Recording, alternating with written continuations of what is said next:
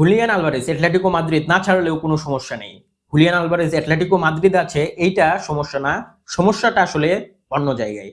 দেখেন, পুরো বিষয়টা আগে শোনার পরে মন্তব্য করবেন, না শুনেই কোনো মন্তব্য করবেন না।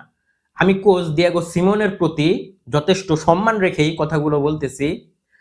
অ্যাটলেটিকো মাদ্রিদকে দিয়েগো সিমোনেও অনেক কিছু দিয়েছে, কিন্তু আপনি কি জানেন 2022 সালের পর থেকে লা লিগায় সবচেয়ে বেশি মানি স্পেন্ড করা দলটির নাম হচ্ছে অ্যাটলেটিকো মাদ্রিদ। সম্ভবত 400 মিলিয়ন প্লাস তারা খরচ করেছে তাদের দলটা গুছানোর জন্য।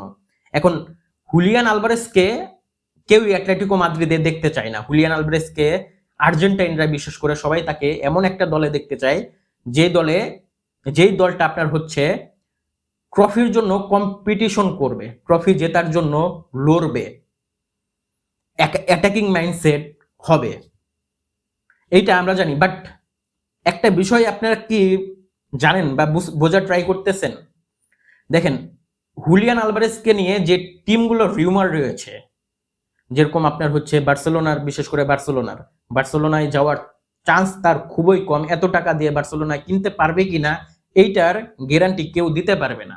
বাট তাছাড়া আর কোন দল আছে যে দলের আপনার হচ্ছে স্ট্রাইকার নাই, তাদের স্ট্রাইকার লাগবে, এরকম ট্রফির জন্য প্রতিযোগিতা করে এমন যদি আমি কয়েকটা টিমের নাম বলি, ম্যান সিটির কথা বলি, ম্যান সিটিতে লাগবে, ম্যান সিটিতে হালান্ড আছে, লাগবে না। আপনার হচ্ছে চেলসিতে লাগবে, চেলসিতেও লাগবে না। জোয়া পেদ্রো আছে, লাগবে না। লিভারপুলে আছে, ইকেটিকে আছে, আপনার হচ্ছে তারপরে ইসাক আছে, লাগবে না। ব্রায়ান মিউনিকে আপনার কোনো স্ট্রাইকার লাগবে না। তো এরাই তো আপনার হচ্ছে, আপনার ইন্টার মিলানের কথা ধরেন, ইন্টার মিলানে লাগবে, ইন্টার মিলানের লাউতারো মার্টিনেজ আছে। তো এই দলগুলোই তো আপনার হচ্ছে ট্রফির জন্য কম্পিটিশন করে, তাই না? তো এই দলগুলোর কোনো দলে আপনার হচ্ছে স্ট্রাইকারের এই মুহূর্তে খুব বেশি যে প্রয়োজন আছে তা কিন্তু নাই। হ্যাঁ, বার্সেলোনার আছে, বাট বার্সেলোনা তাকে কিনতে পারবে কিনা তাও কিন্তু সন্দেহ আছে। সেই জন্য আমি একটা প্রবল সম্ভাবনা দেখি, যদি বার্সেলোনা তাকে না কিনতে পারে তাহলে অ্যাটলেটিকো মাদ্রিদেই হুলিয়ান আলভারেজের থেকে যাওয়ার সম্ভাবনা বেশি। এবং হুলিয়ান আলভারেজ অ্যাটলেটিকো মাদ্রিদে থাকুক, আমার তা নিয়ে সমস্যা নেই। কেন আমার সমস্যা নেই? এই কারণে যে অ্যাটলেটিকো মাদ্রিদ দলটা সুন্দর, তারা মানি স্পেন্ড করেছে, তাদের ভালো ভালো প্লেয়ার আছে, তারা লা লিগাতে আপনার হচ্ছে কম্পিটিশন করার মতো একটা দল, কোপা দেল রে, সুপার কোপা, এইগুলো ট্রফি জেতার মতো একটা দল। বার্সেলোনা এবং রিয়াল মাদ্রিদের সাথে কম্পিটিশন করার মতো একটা দল তাদের কাছে আছে। শুধু হুলিয়ান আলভারেজই কিন্তু আপনার হচ্ছে দিয়েগো সিমোনের সিস্টেমের সমস্যা না, তারা কিন্তু থিয়াগো আলমাদাকেও প্রপার ভাবে ব্যবহার করতে পারছে না।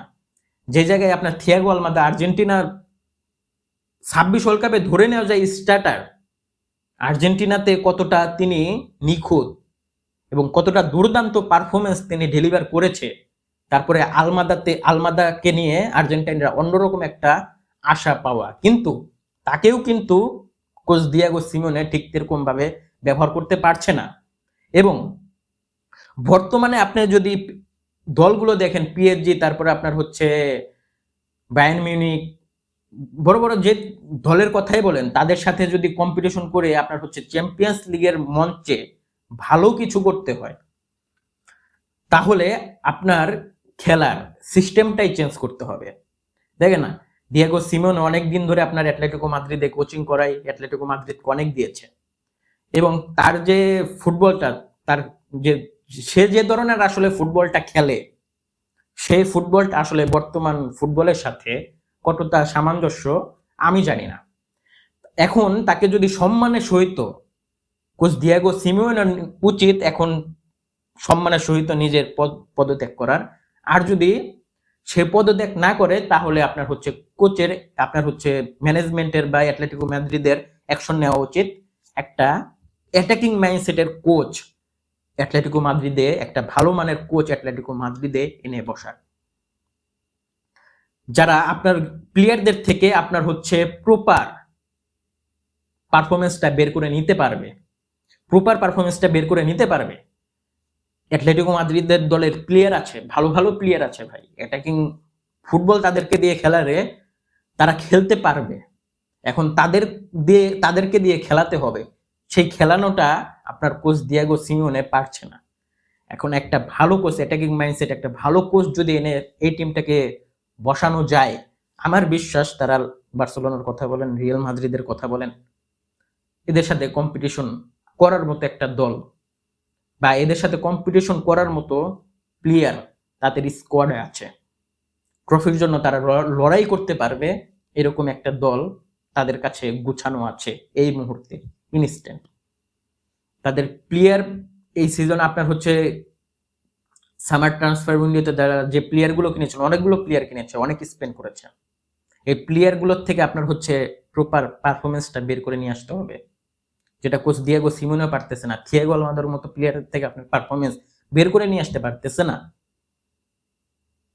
তো যদি বার্সেলোনাতে যাক, যদি বার্সেলোনা নেয় তাহলে তো কোনো কথাই নেই, সবারই চাওয়া বার্সেলোনাই যাক হুলিয়ান আলভারেজ। যদি না হয় তাহলে আমি চাইবো যে বিশেষ করে অ্যাটলেটিকো মাদ্রিদের সিস্টেমটাই চেঞ্জ করুক, খেলার ধরন, কোচ পরিবর্তন করলেই আমার কোনো সমস্যা নেই। হুলিয়ান আলভারেজ ওই জায়গায় নিজেকে উজ্জ্বল করতে পারবে আমার বিশ্বাস। তো এটা হচ্ছে আমার মতামত।